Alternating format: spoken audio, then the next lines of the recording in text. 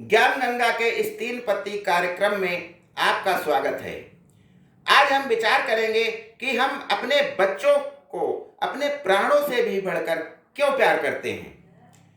इसके कारणों पर यदि हम प्रकाश डालते हैं तो हम पाते हैं कि मनुष्य धरती से कभी मरना ही नहीं चाहता। एक जिजीविषा जो प्रकृति ने हमें दी है, जीने की इच्छा, हर हाल में हम अपने प्राणों को बचाएंगे, यह भावना हमारे जीवन पर्यंत हम पर हावी रहती है। और इसी कारण जब कोई उपाय नहीं रहता है शेष और हमारी जिंदगी इस धरती पे जब अंतिम चरण में होती है तो हम यही सोचते हैं, हम अपने को नहीं बचा सके तो मेरा बच्चा मेरे रूप में इस धरती पर रहेगा, क्योंकि वो मेरा ही अंश है। और ऐसा लाखों सालों से होता चला आ रहा है। इसी को ऋषि मुनियों के शब्दों में माया कहा गया है। तो यही हमारी आंखों का पर्दा है कि हम बच्चे के रूप में इस धरती पर जिंदा हैं। मेरे बाद भी इस दुनिया में जिंदा मेरा नाम रहेगा, जो भी तुझको देखेगा तुझे मेरा लाल कहेगा, तेरे रूप में मिल जाएगा मुझको जीवन दोबारा, मेरा नाम करेगा रोशन जग में मेरा राज दुलारा। इस प्रकार से वही राज दुलारा आगे जब धरती पर आता है तो 3 घंटे का समय यहाँ बिताता है। पहला घंटा बचपन, दूसरा जवानी और तीसरा बुढ़ापा। जवानी के मद में वह जब चूर होता है तो वह सब कुछ भुला देता है, और यहाँ तक कि हमारे बनाने वाले, हमारी प्रकृति, हमारे ईश्वर सबको भूल जाता है और वह जो मन में आया करता है। लेकिन जब हमारा शरीर हमारा साथ नहीं देता है, हम वृद्ध हो जाते हैं, तो हमें ईश्वर की शरण में जाना पड़ता है, क्योंकि ये समय बदल गया है। कहते हैं कि शाम को जो पीने वाला खूब पीता जाता है, सुबह बहुत पछताता है। यही होता है शाम का समय और सुबह का समय, विचारों में अंतर आ जाता है। शाम को जो भी हम सोचते हैं सुबह वो सब गलत लगने लगता है, गलत बातें गलत लगने लगती हैं, लेकिन शाम को नहीं लगती हैं। तो ऐसे ही जवानी चाहे जैसी भी हमारी कटी हो, हम मंदिर गए हों, मस्जिद गए हों, कुछ न माने हों, लेकिन जब हमारा बुढ़ापा आता है, जब हम असहाय हो जाते हैं, तो हम जब बिस्तर पर पड़े होते हैं, डॉक्टर भी जवाब दे देते हैं, तब घर वाले भी हमें बचाने के लिए सब कुछ करना चाहते हैं और हम ईश्वर से अपने गुनाहों की क्षमा मांगते हैं। तो तब यही कहा जाता है कि ईश्वर के अलावा कुछ नहीं है।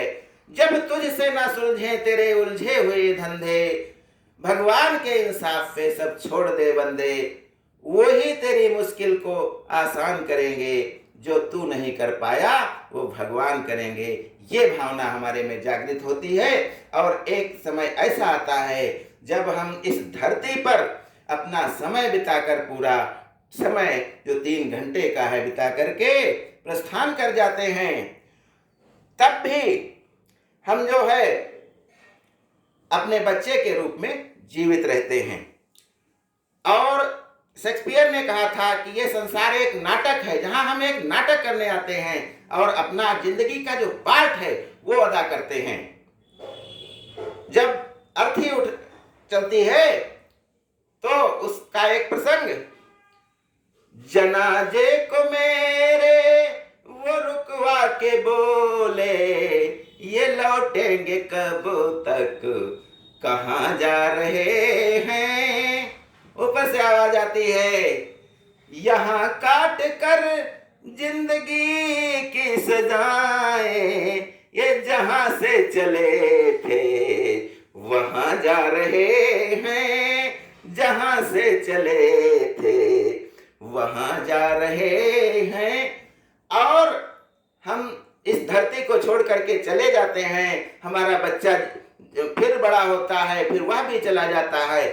अनंत काल तक ये प्रक्रिया चलती रहती है।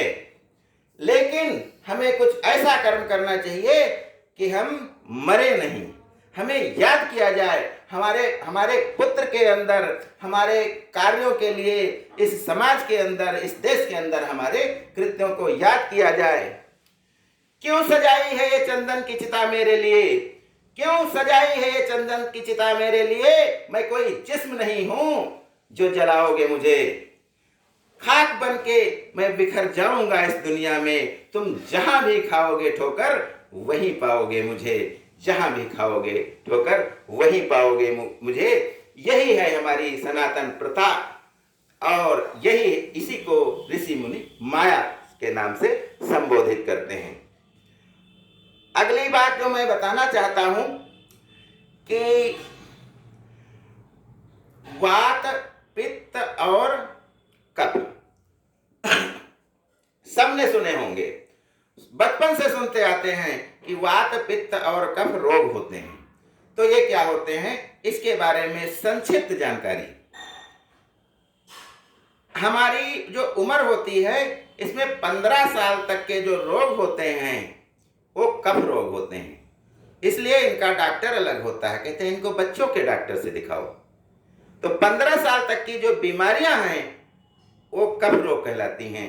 उसके बाद 15 साल से लेकर के 50 साल तक या जब तक हमारा शरीर समर्थ रहता है तब तक हमें जो रोग होते हैं वो पित्त रोग होते हैं। और जब हम बूढ़े हो जाते हैं तो हमें वात रोग सताते हैं। तो ये आयुर्वेद इसी पर आधारित है और इसीलिए हर मर्ज के अलग अलग डॉक्टर होते हैं। और इसमें एक ये भी बात है, अगर हमारे कफ रोग